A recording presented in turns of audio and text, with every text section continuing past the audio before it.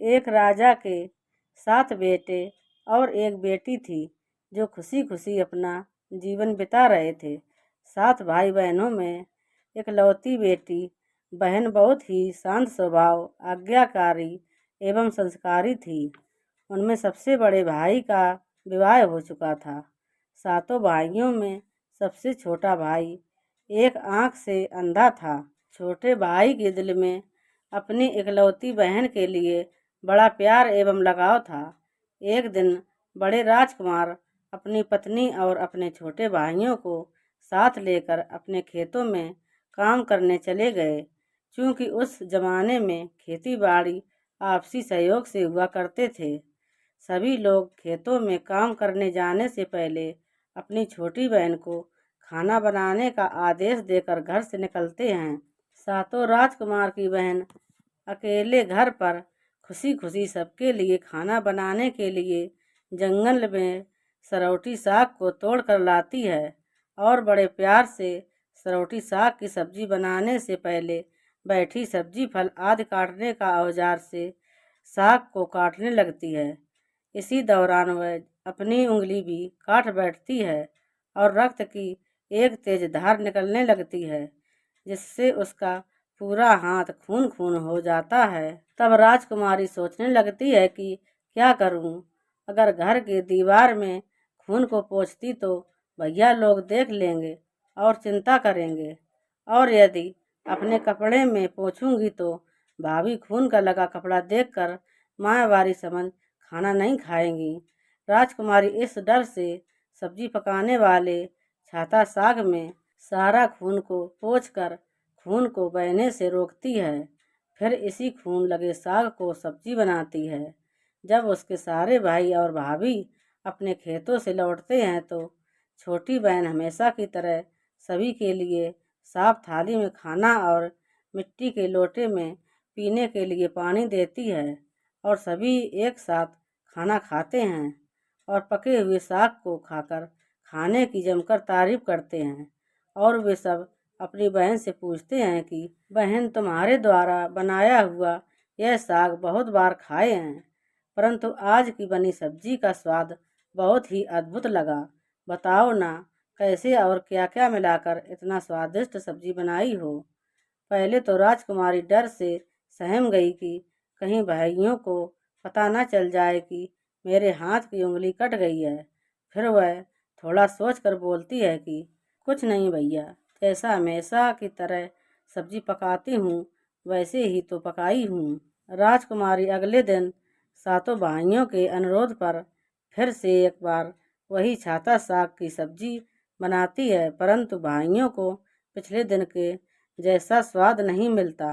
फिर ऐसा ही अनुरोध 3-4 बार हुआ, लेकिन खून लगे साग का स्वाद उनके मन मस्तिष्क से उतर ही नहीं रहा था।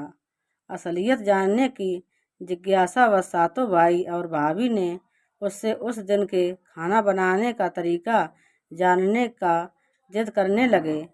मजबूरन राजकुमारी को सारी घटना बतानी पड़ी।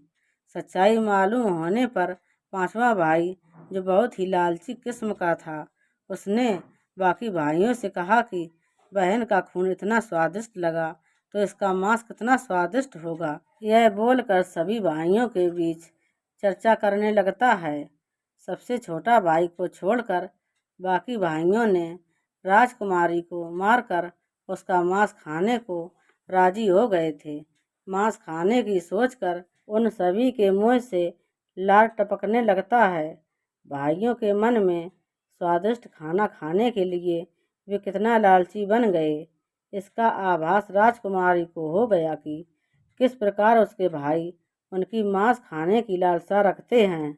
एक दिन 7 भाई शिकार खेलने के बहाने राजकुमारी को लेकर घने जंगल में लेकर जाते हैं, जहां पूर्व से निर्मित 4 केंद्र के वृक्षों पर बने मचान के नीचे पहुंचते हैं, जिस पर अपनी बहन को यह झूठ बोलकर चढ़ने के लिए बोलते हैं कि इस मचान पर जंगली जानवर तुम पर हमला नहीं कर सकेंगे। इस प्रकार 7 भाई अपनी बहन को मचान पर बैठाकर अपना अपना धनुष लेकर शिकार करने का ढोंग करके चले जाते हैं। तब राजकुमारी को पूरा आभास हो चुका था कि आज उसकी आखिरी दिन है, लेकिन वह चाहती थी कि उनके भाइयों की इच्छा पूर्ण हो, इसलिए भी वह मचान में जाकर बैठ जाती है। फिर सभी भाई केंद्र के वृक्ष पर बने मचान से कुछ दूरी पर स्थित टोंगरी छोटा पहाड़ पर अपने अपने धनुष बाण के साथ पहुंचते हैं और एक चट्टान पर बारी बारी से अपने बाणों को तेज धार प्रदान करते हैं। टोंगरी के ऊपर सबसे पहले बड़ा भाई अपने तीर को चट्टान में धार करता है और अपनी बहन पर धनुष से निशाना लगाकर तीर छोड़ता है। तभी राजकुमारी पूरी बातों को समझ जाती है कि भाइयों का क्या इरादा है और अपनी मातृभाषा में गीत को गाने लगती है। बिंदु बिंदु दादा छाती तायक तायक, अर्थात जान से मारना ही है दादा साहब, तो तीर को सीधे मेरे छाती में वार करो, इधर उधर तीर क्यों चला रहे हो। फिर सभी भाई बारी बारी से अपने तीर के धार को तेज करते हैं और राजकुमारी पर निशाना लगाकर तीरों को छोड़ते हैं। 6 भाइयों का निशाना खाली जाता है और 7वां भाई, जो सबसे छोटा था, वह तीर चलाने से इनकार कर देता है, क्योंकि उसे अपनी छोटी बहन से बहुत लगाव था और धनुष बाण चलाने में 7 राजकुमार में सबसे निपुण था। राजकुमारी जानती थी कि उनके 7 भाइयों में सबसे छोटा भाई दादा बाकियों की तरह लालची नहीं है। 6 भाई छोटे भाई पर पूरा दबाव डालते हुए आदेश देते हैं कि अगर वह तीर नहीं चलाएगा तो बहन की तरह उसे भी मार देंगे। फिर छोटा राजकुमार उदास मन के साथ तीर को थोड़ा ही धार कर दूसरी दिशा में तीर को छोड़ने की कोशिश करता है और तीर को धीरे से छोड़ता है। राजकुमारी हर बार की तरह इस बार भी वही गीत गाती है। बिंदु बिंदु दादा छाती तायक तायक, इतने में छोटे भाई का तीर सीधे राजकुमारी के सीने को भेद देता है और राजकुमारी की आत्मा शरीर से अलग हो जाती है और उसकी आत्मा उसी स्थान पर भटकने लगती है। तभी वह देखती है कि उसके शरीर का मांस खाने के लिए उसके भाई कैसे लालच करते हैं और सबसे छोटे राजकुमार को जबरदस्ती मार पीट कर उसके शरीर को काटने का आदेश देते हैं। बहन के मांस को पकाने के लिए बहुत सारी सूखी लकड़ी लाने के लिए छोटे राजकुमार को जंगल भेजा जाता है। छोटा भाई जंगल में खोज खोज कर ढेर सारा लकड़ी जमा करता है और सोचता है कि कैसे इतना सारा लकड़ी को ले जाऊंगा। दादा जो रस्सी दिए हैं वो भी 7 टुकड़ों में दिए हैं, उन्हें जोड़ने पर भी यह रस्सी इन लकड़ियों को नहीं बांध पाएगा। देर होने के डर से राजकुमार उदास होकर रोने लगता है और उसकी आंखों से आंसू धरती में गिरने लगता है। वह अपनी बहन को याद करके रो ही रहा होता है कि तभी नाग देवता वहां आते हैं और पूछते हैं कि क्यों रो रहे हो राजकुमार। वह इधर उधर देखता है किंतु कोई भी नजर नहीं आता। फिर राजकुमार को नाग देवता दिखते हैं और राजकुमार नाग देवता को अपनी पूरी आप बीती सुनाते हैं। फिर नाग देवता उसे कहते हैं कि मैं लकड़ी में रस्सी की भांति लिपट जाता हूँ और तुम जैसे ही लकड़ी वहाँ रखोगे तो मैं धीरे से निकल जाऊँगा। और राजकुमार ऐसा ही करते हैं। सभी बड़े भाई यह देखकर चकित रह जाते हैं कि कैसे उनका छोटा भाई रस्सी के 7 टुकड़े होने के बावजूद भी जंगल से इतना सारा लकड़ी लेकर आता है। तत्पश्चात वे लोग अपने छोटे भाई को पानी लाने के लिए एक घड़ा में 7 छेद कर भेज देते हैं।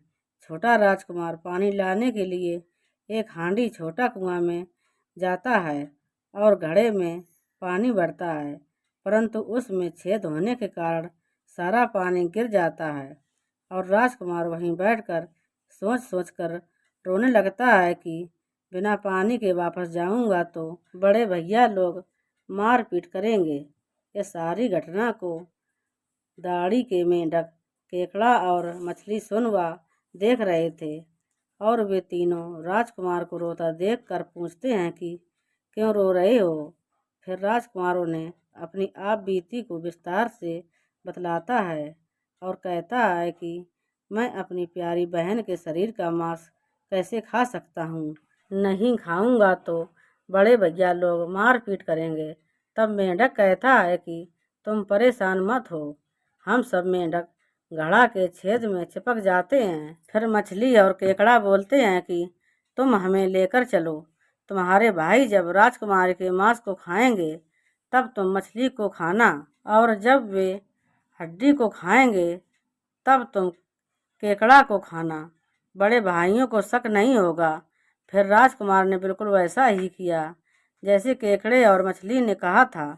रात को जब राजकुमारी का पका हुआ मांस खाने को परोसा गया तब बड़े भाइयों से छुपाकर वह मांस को दीमक के टिल्हे में डाल देता है और समय बीतने पर वहां बांस का एक बड़ा बुंदा झुंड उगता है।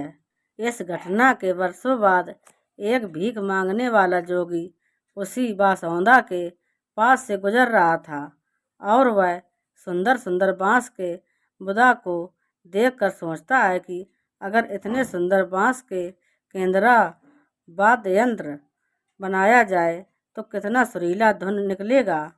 उसी क्षण बांस से आवाज आती है, न काट काट रे जोगी, ये तो लागे भैया रोपल बांस। जोगी फिर भी बांस को काटता है। जोगी इसी उद्देश्य से एक मोटा बांस का टुकड़ा काट कर ले जाता है कि इस बांस का आवाज इतना सुंदर है, यदि केंद्रा बनाएंगे तो कितना मधुर आवाज निकलेगा। और जोगी इस बांस से एक सुंदर केंद्रा का निर्माण करता है। इस केंद्रा से इतनी मधुर ध्वनि निकलती है कि जोगी जहाँ जहाँ भी इसे बजाता है, इसके ध्वनि से लोग मंत्रमुग्ध हो जाते थे। एक दिन जोगी घूमते घूमते बड़े राजकुमार के घर पहुंचता है और अधिक धन के लालच में जोगी जोर जोर से केंद्रा बजाना शुरू करता है, परंतु इस बार केंद्रा का मीठा सुरीला स्वर कर्कश हो जाता है और जब भी जोगी कुछ नया धुन बजाने की कोशिश करता है, बार बार एक ही धुन निकलता है, ना बाज रे केंद्रा, ई तो लागे मोर दुश्मन का घर। बार बार यही धुन निकलने पर बड़ा राजकुमार मार पीट कर जोगी को अपने घर से भगा देता है। ऐसे ही घूमते घूमते जोगी हर भाई के घर जाता है, लेकिन हर बार की भांति वही धुन, ना बाज रे केंद्रा, ई तो लागू मोर दुश्मन का घर, बजाता है। यह धुन सुन सारे भाई जोगी को डांट डपट कर भगा देते हैं। सबसे अंत में जोगी छोटे भाई राजकुमार के घर पहुंचता है। छोटे भाई के घर के आंगन में प्रवेश करते ही केंद्रा खुद ही बजने लगता है, जोर जोर से बाज रे केंद्रा, ई तो लागो मोर छोटा भैया का घर। बड़ा ही मधुर मीठे स्वर का धुन सुनकर छोटा भाई राजकुमार चंद्रा कर मोहित हो जाता है और यह धुन सुनकर छोटे राजकुमार से रहा नहीं गया और जोगी से केंद्रा की मुँह मांगी सोने की मोहरें देकर उसे खरीद लेता है तथा जोगी को अच्छे से मेहमान नवाजी कर अच्छे से विदा कर दिया जाता है। धीरे धीरे समय बीतता है और छोटे राजकुमार अपने काम से कुछ दिनों के लिए बाहर जाते हैं। जब वह वापस लौटता है तो देखता है कि उसका कमरा बहुत सुंदर ढंग से सजा हुआ है और घर के सारे बर्तन अच्छे तरीके से रखे हुए हैं। तब छोटा राजकुमार सोचता है कि हमेशा मेरे कमरे की साफ सफाई घर के नौकर करते हैं, लेकिन कभी भी इतना सुंदर सजाया नहीं गया। फिर राजकुमार अपने नौकरों से पूछताछ करते हैं कि मेरे कमरे को इतना सुंदर किसने सजाया है। नौकरों के मना करने पर राजकुमार सोचते हैं शायद कोई भाभी आई होगी और मेरे कमरे को सजा कर गई होगी। जब भी राजकुमार घर से बाहर काम के लिए जाते, यही घटना हर बार देखने को मिलती और लगातार होने के कारण राजकुमार के मन में जानने की जिज्ञासा उमड़ने लगी कि आखिर मेरे घर को इतने सुंदर ढंग से कौन सजावट करता है। वह अपने भाइयों तथा भाभियों से भी पूछता है और वे लोग भी सजावट करने की बात से साफ मना कर देते हैं। एक दिन राजकुमार सच्चाई पता लगाने के लिए किसी काम का बहाना कर बाहर जा रहे हैं बोल कर निकलते हैं और छुप कर पुनः वापस आकर अपने कमरे में रखे खजूर के गोल मोड़े हुआ चटाई के अंदर छुप जाते हैं। कुछ समय इंतजार के बाद राजकुमार देखते हैं कि एक खूबसूरत सी लड़की केंद्रा से निकलकर कमरे के अंदर आती है और सारे कमरे की साफ सफाई कर वापस उसी केंद्रा में समा जाती है। यह देख राजकुमार की आंखें खुली की खुली रह जाती हैं। चूंकि उस लड़की की शक्ल राजकुमार की छोटी बहन के जैसी ही होती है। राजकुमार अगले दिन फिर से एक बार उसी प्रकार छुप जाते हैं और जैसे ही वह सुंदर लड़की पूरे कमरे की साफ सफाई का काम खत्म कर वापस केंद्रा में जाने वाली होती है, तब छोटे राजकुमार उस लड़की का हाथ पकड़ लेते हैं और तुरंत केंद्रा को जला देते हैं, जिसके बाद वह लड़की हमेशा के लिए मानव रूप में परिवर्तित हो जाती है और दोनों भाई बहन खुशी खुशी अपना जीवन जीते हैं। आज भी हर गांव में आषाढ़ी पूजा के दिन बकरा कटता है और पूरे गांव के घरों में प्रसाद स्वरूप बकरा का मांस खाया जाता है और सतवैनी नामक पूजा स्थान पर वही सरौटी साग को चढ़ाया जाता है। तो दोस्तों, अगर आप हमारे चैनल पर नए हों तो प्लीज़ हमारे वीडियो को लाइक करें और चैनल को सब्सक्राइब करें। धन्यवाद।